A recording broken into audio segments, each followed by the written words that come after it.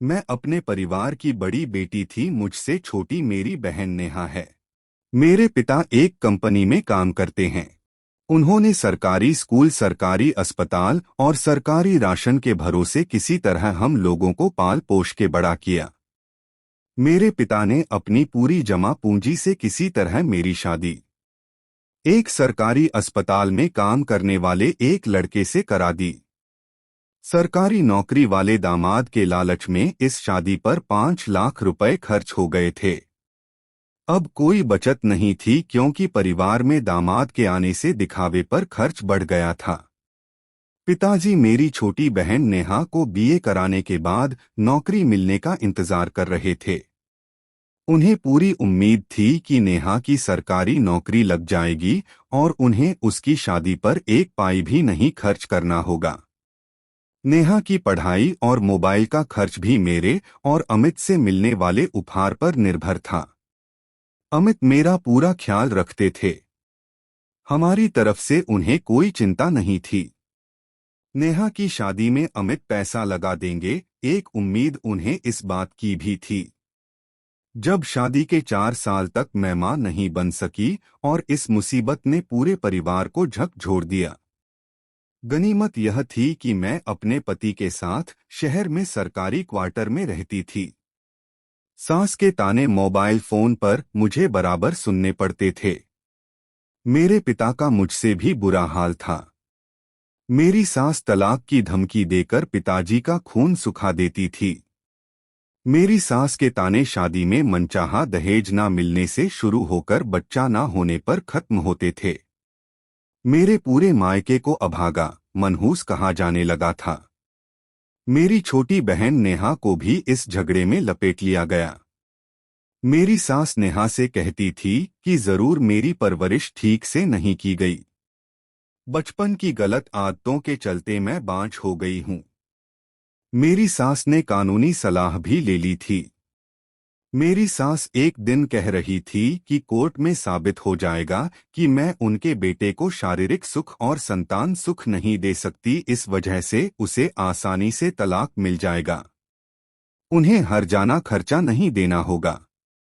मेरी मां इन बातों को सुनकर कई दिन तक कुछ भी नहीं खा सकी। वे यह सोचकर मरी जा रही थी कि दामाद जी ने अगर मुझको छोड़ दिया तो मेरा क्या होगा। मेरी दूसरी शादी करने के लिए पैसे तो बचे नहीं हैं और फिर दूसरा आदमी शादी करेगा क्यों। मैं और मेरे पति अमित को डॉक्टर ने बताया कि अमित के वीर में शुक्राणु की कमी है।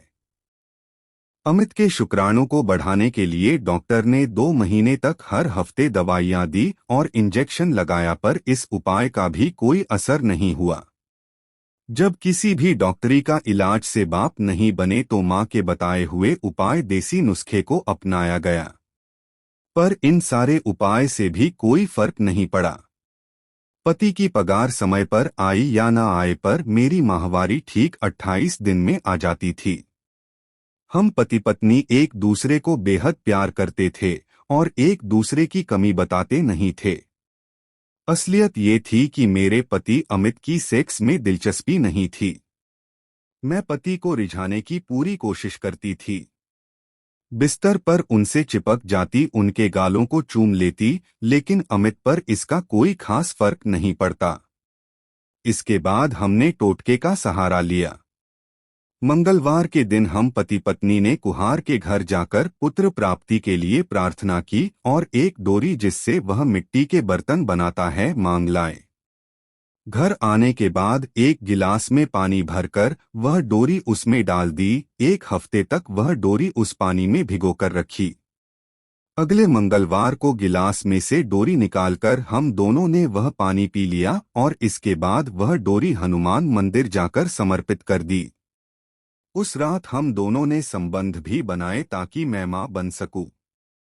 फिर 28वें दिन जब मुझको पीरियड नहीं आया तो अमित दौड़कर प्रेगनेंसी टेस्ट किट ले आए, पर यह कोशिश भी नाकाम रही।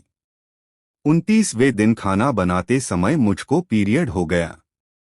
अमित की बहन ने एक टोटके को आजमाया। अपने बच्चे का पहला टूटा हुआ दूध का दांत एक काले कपड़े में बांधकर काले धागे की मदद से मेरी कमर पर बांध दिया। जब तक मैं पेट से ना हो जाऊं, इस धागे को किसी भी कीमत पर ना उतारने की कठोर हिदायत दी गई। दूध के दांत को कमर पर बांधे हुए भी 3 महीने का समय हो चुका था, लेकिन अभी भी मेरी कोख सोनी थी। धीरे धीरे अमित भी अब मुझको ही बच्चा ना होने के लिए कसूरवार मानने लगे थे। ससुराल पक्ष की मौसी, नानी, बुआ, ताई सभी मुझको ताने देने लगे थे। मेरे पास खुदकुशी करने के अलावा कोई रास्ता नहीं बचा था। मरने की सोचना आसान है पर मरना आसान नहीं। इसी बीच मेरा देवर सुमन 2 साल दिल्ली में कोचिंग के बाद मेरे और अमित के साथ रहने आए थे। शहर में उसका सरकारी नौकरियों के एग्जाम थे। मुझको सुमन के आने से बहुत राहत हो गई। अमित और मेरी सास को अब मुझ पर चिल्लाने का मौका नहीं मिलता था। मेरी सुमन से खूब बनती थी।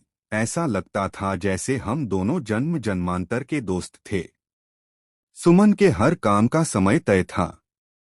सुबह 5 बजे जागना, योगासन, 2 किलोमीटर की दौड़, फिर दोपहर में घंटों तक सोना और रात 12 बजे तक पढ़ाई में असिस्टेंट की तरह खड़ी रहती और देवर की हर फरमाइश को मुंह से निकलने से पहले पूरा कर देती।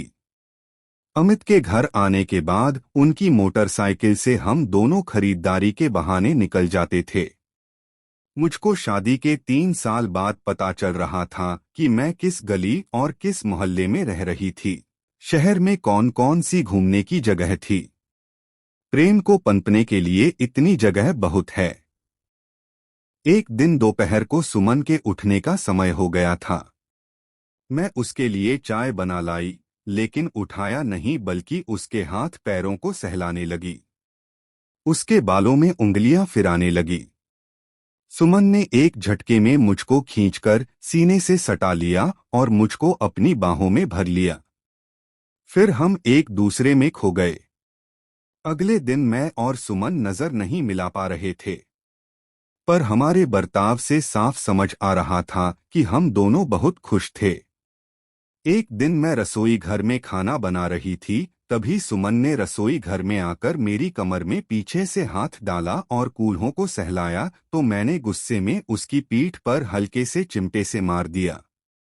उसे लिमिट में रहने की हिदायत दी और जब सुमन बुरा मान गया तो तुरंत ही मैंने कान पकड़कर माफी मांग ली। मेरा खुराफाती दिमाग पूरी कुशलता से काम कर रहा था। एक रात मैंने अमित को बताया कि मैं इन दिनों शिवलिंगी बीज का एक भाग और पुत्र जीवक बीज के 2 भाग को मिश्री के साथ खा रही हूँ। ननद का दिया टोटका बंधा ही है तो आज अच्छी उम्मीद है। फिर रात में देर तक मैंने अमित के साथ भी संबंध बनाया। यह कई दिनों तक चलता रहा, दोपहर में सुमन और रात में अमित के साथ प्यार। इस बार मेरी कोशिश रंग लाई। शाम को मैंने सुमित की पसंदीदा कॉफी और पकोड़े बनाए और उसे ये खुशखबरी सुनाते हुए उसकी गोद में बैठ गई तो अमित ने मुझे ढेर सारा प्यार किया।